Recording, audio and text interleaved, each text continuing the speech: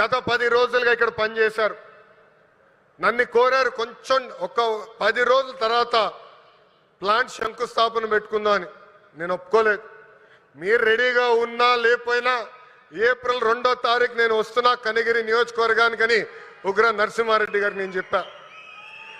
10 రోజుల్లోనే బాగా నల్లగా అయిపోయాడు ఆయన. రంగు 4 షేడ్లు తగ్గింది. ఎవరి కోసం ఆయన కష్టపడ్డారు? కనిగిరి ప్రజల కోసం. మన ఇంట్లో ఉన్న నిరుద్యోగ యువకులు పక్క రాష్ట్రాలకు వెళ్లకుండా మన ప్రాంతంలోనే మన నియోజకవర్గంలోనే ఉద్యోగాలు కల్పించే లక్ష్యంతో అహర్నిశలు పనిచేస్తున్న ఉగ్ర నరసింహారెడ్డి గారిని మనస్ఫూర్తిగా ఈ సభాముఖంగా నేను అభినందిస్తున్నా. చంద్రబాబు గారు చెప్తున్న P4 విధానానికి రిలయన్స్ CBG ప్లాంట్ నాంది కాబోతుంది. పేదరికం లేకుండా చేయటంలో ఇది కూడా ఒక తొలి అడుగని సభాముఖం తెలుపుతున్నాం. రైతులకి ఈ ప్లాంట్ల ద్వారా పెద్ద ఎత్తున మేలు జరుగుతుంది. నేపియర్ గడ్డితో ఈ గ్యాస్ తయారు చేయబోతున్నారు. ప్రభుత్వ భూమికి 15,000 రూపాయలు, రైతుల భూమికి 30,000 రూపాయలు కౌలు కూడా రిలయన్స్ ఇండస్ట్రీ ఇవ్వబోతుంది. రైతులు గడ్డి పెంచిస్తే టన్నుకి ఇంత అని కూడా వాళ్ళు డబ్బులు ఇవ్వబోతున్నారు.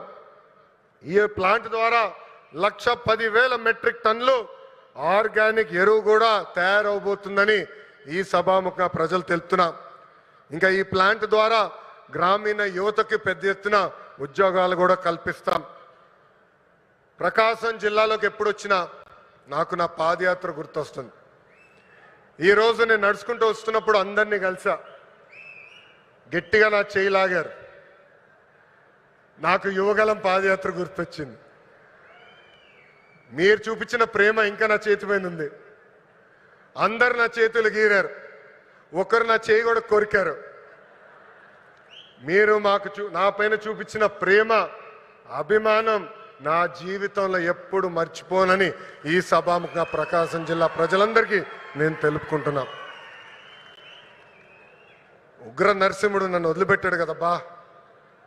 కొన్ని కోరికలు కోరారు. మొదటిది రైల్వే ప్రాజెక్ట్. గౌరవ చీఫ్ సెక్రటరీ గారు నాకు ఇప్పుడే చెప్పారు, ఏప్రిల్లో అవసరమైన నిధులు మేము విడుదల చేస్తాం. ఆగస్టులో గౌరవ ముఖ్యమంత్రి గారిని తీసుకొచ్చి ఆ రైల్వే ప్రాజెక్ట్కి మనం ప్రారంభిద్దామని తెలుపుతున్నాం. వెలగొండ ప్రాజెక్టు కూటమి ప్రభుత్వానికి ఒక ప్రయారిటీ. ఆగిన పనులు తిరిగి ప్రారంభిస్తాం.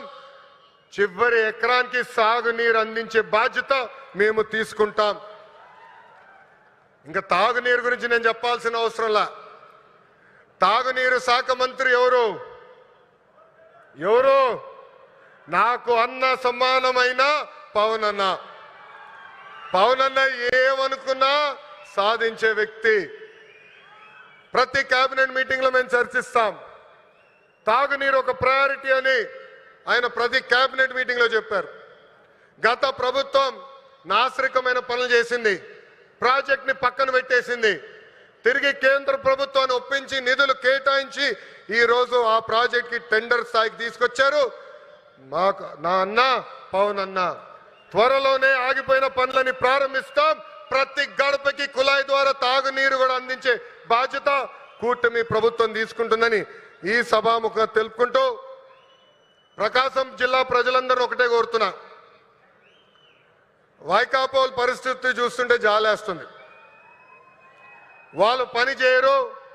పని చేయాలనుకున్న వాళ్ళ చేత పని చేయనీరు.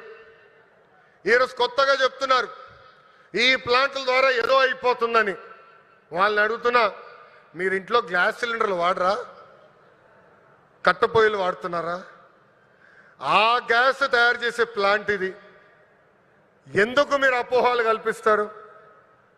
రండి, ప్లాంట్ చూడండి, వెళ్ళి మీ నాయకుడికి చెప్పండి. అంతేగాని ఈ ప్లాంట్కి అడ్డు పడితే ఎర్ర బుక్లో మీ పేరు ఉంటుందని ఈ సభాముఖంగా వైకాపా నాయకులు నేను హెచ్చరిస్తున్నా. మంచి పని చేసాక వచ్చా, దమ్ము ధైర్యంతో ఈరోజు నిలబడి చెప్పగలుగుతున్నా. 10 నెలల్లోనే ఎవ్వరు ఉంచిన విధంగా ప్రకాశం జిల్లాకి నేను ఈ ప్లాంట్ తీసుకొచ్చా. అంతేగాని తప్పుడు ప్రచారం చేస్తే నేను మిమ్మల్ని వదిలిపెట్టనని ఈ సభాముఖంగా వైకాపా నాయకులకు నేను హెచ్చరిక చేస్తూ, నిజంగానే ఈ సమావేశం చూసినా, వేదికమైన ఉన్న పెద్దలు చూసినా, ఈరోజు ఈ కార్యక్రమానికి యాంకర్గా నిలబడిన ఉదయభాను మేడం గారిని చూసినా నాకు యువగలం పాదయాత్ర గుర్తొస్తుంది.